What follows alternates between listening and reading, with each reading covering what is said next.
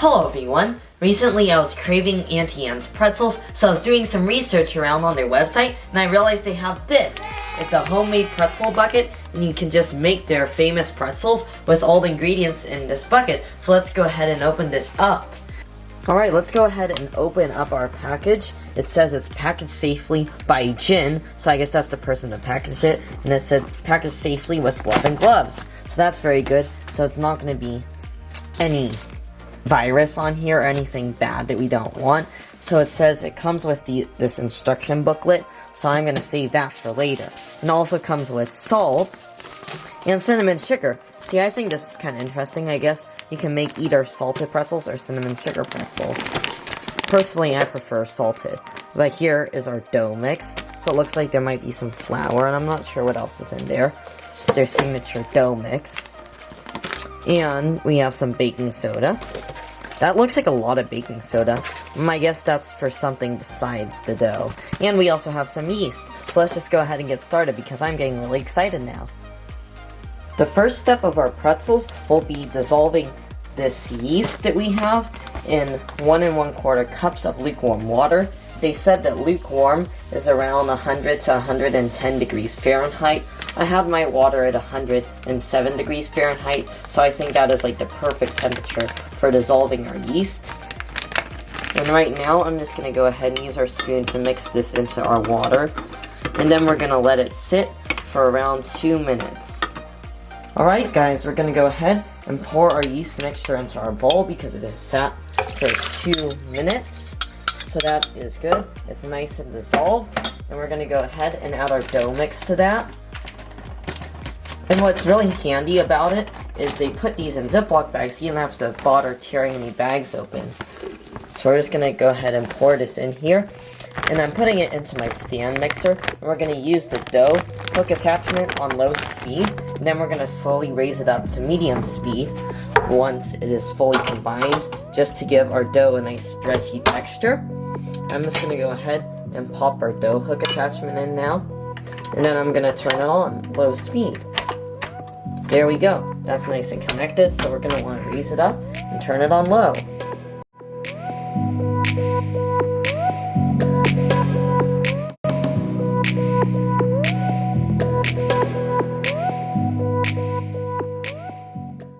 Alright, now that our mixture has formed the ball, we're going to go ahead and we're going to pull it out of our stand mixer bowl, and then we're just going to go ahead and knead this. See, the way you want to knead is you want to use the bottom of your hands, and you're going to fold it and knead it on our lightly floured cutting board, and we're just going to repeat this process for around 5 to 7 minutes.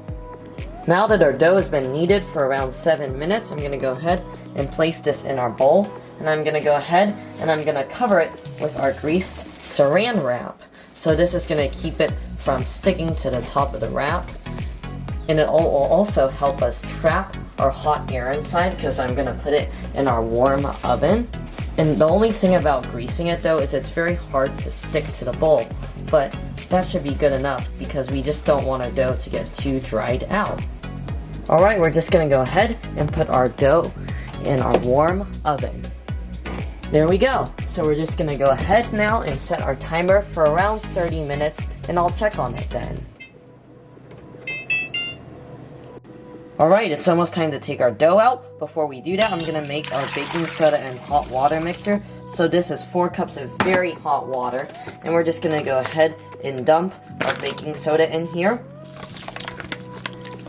I'm just going to mix it around, and I'm going to go ahead and get a spoon now because we're going to want to mix it very thoroughly. And as you can see, there's some sort of chemical reaction happening because I saw as it hit the water, it kind of fizzled.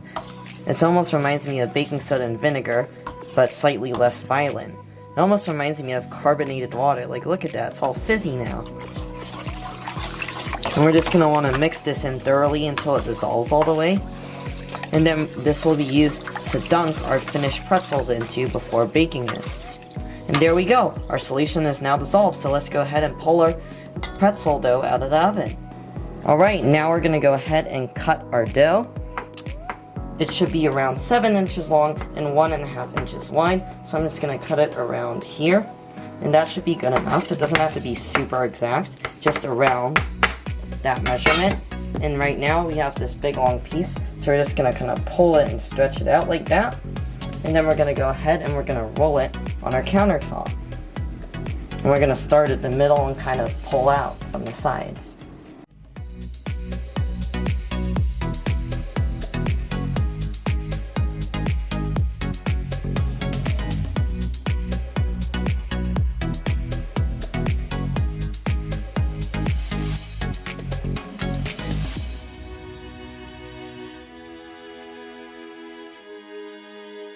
Now that all of our pretzels are rolled out, we're just gonna go ahead and we're gonna sprinkle it with salt.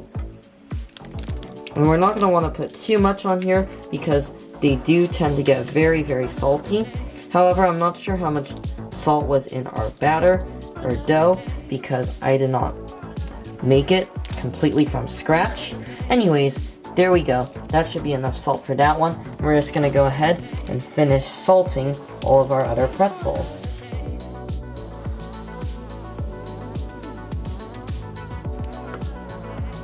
Alright, and there we go. All of our pretzels are salted.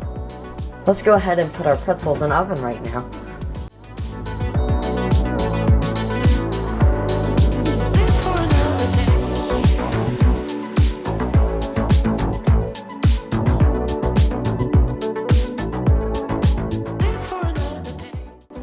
Alright, we're gonna go ahead and open up our oven. It's been 5 minutes. I'm gonna go ahead and pull our rack out. And we're just gonna wanna rotate it 180 degrees. And we're gonna bake it for another 2 to 5 minutes.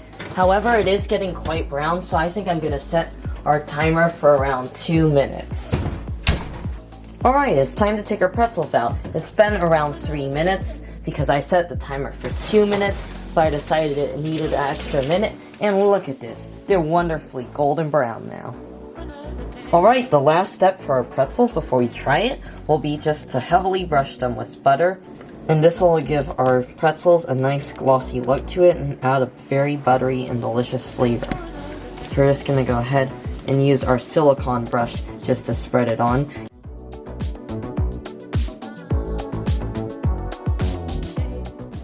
Alright, it's time to try our pretzel. Let's give this a taste.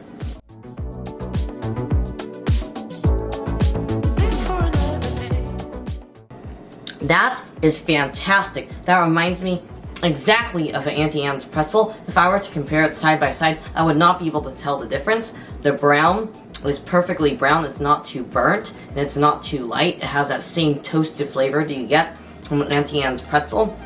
And it has a wonderfully buttery flavor, and it isn't too salty. It reminds me exactly of Auntie Anne's pretzel. I really enjoy this. I'd have to give it a 9 out of 10. So I highly recommend you buy this Auntie Anne's pretzel mix and make it because I thoroughly enjoyed it.